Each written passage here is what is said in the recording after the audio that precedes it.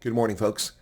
The disclosure this morning on the 3rd of July, 2026, that the Department of Homeland Security had a data system that was breached will no doubt fuel conspiracy theories and wild tales about why ineligibility letters went out to refugee aspirants from South Africa.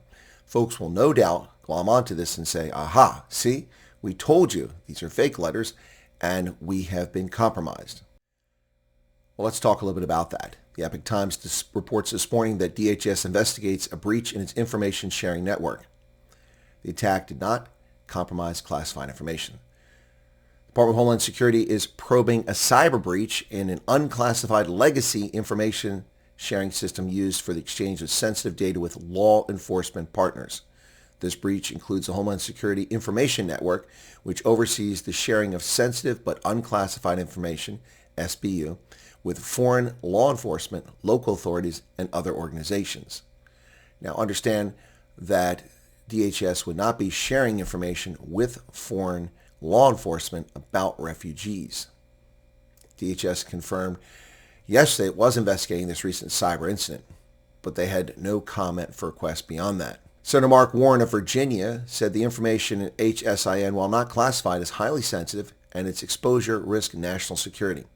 DHS and the Department of Justice must thoroughly investigate who breached the HSIN and what the attackers accessed, and ensure all DHS partners are provided with timely information and the tools necessary to mitigate any associated risk from the breach.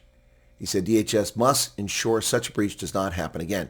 The Homeland Security community needs to have confidence in the information in HSIN, that it is secure, and the American public needs to be able to trust the department responsible for America's cybersecurity has its own house in order.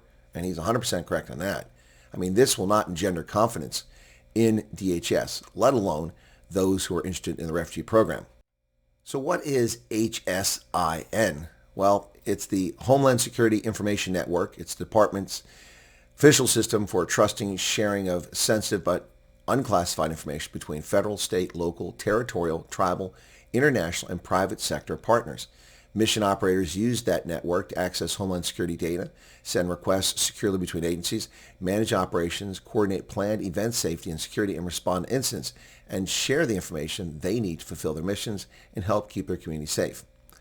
It has several subsections, including one for critical infrastructure, HSIN-CI, another for emergency services, a third for intelligence sharing across the partners, and law enforcement, as well as access to the Homeland Security Grant Program and guidance on that.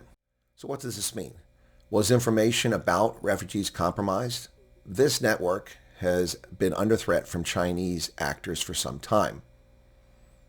It seems highly implausible that Chinese actors would intentionally undermine the hopes and aspirations of South Africans. They have bigger fish to fry with Taiwan and with the U.S. and Japan and their quest for global domination than they would have time to spend undermining South Africans.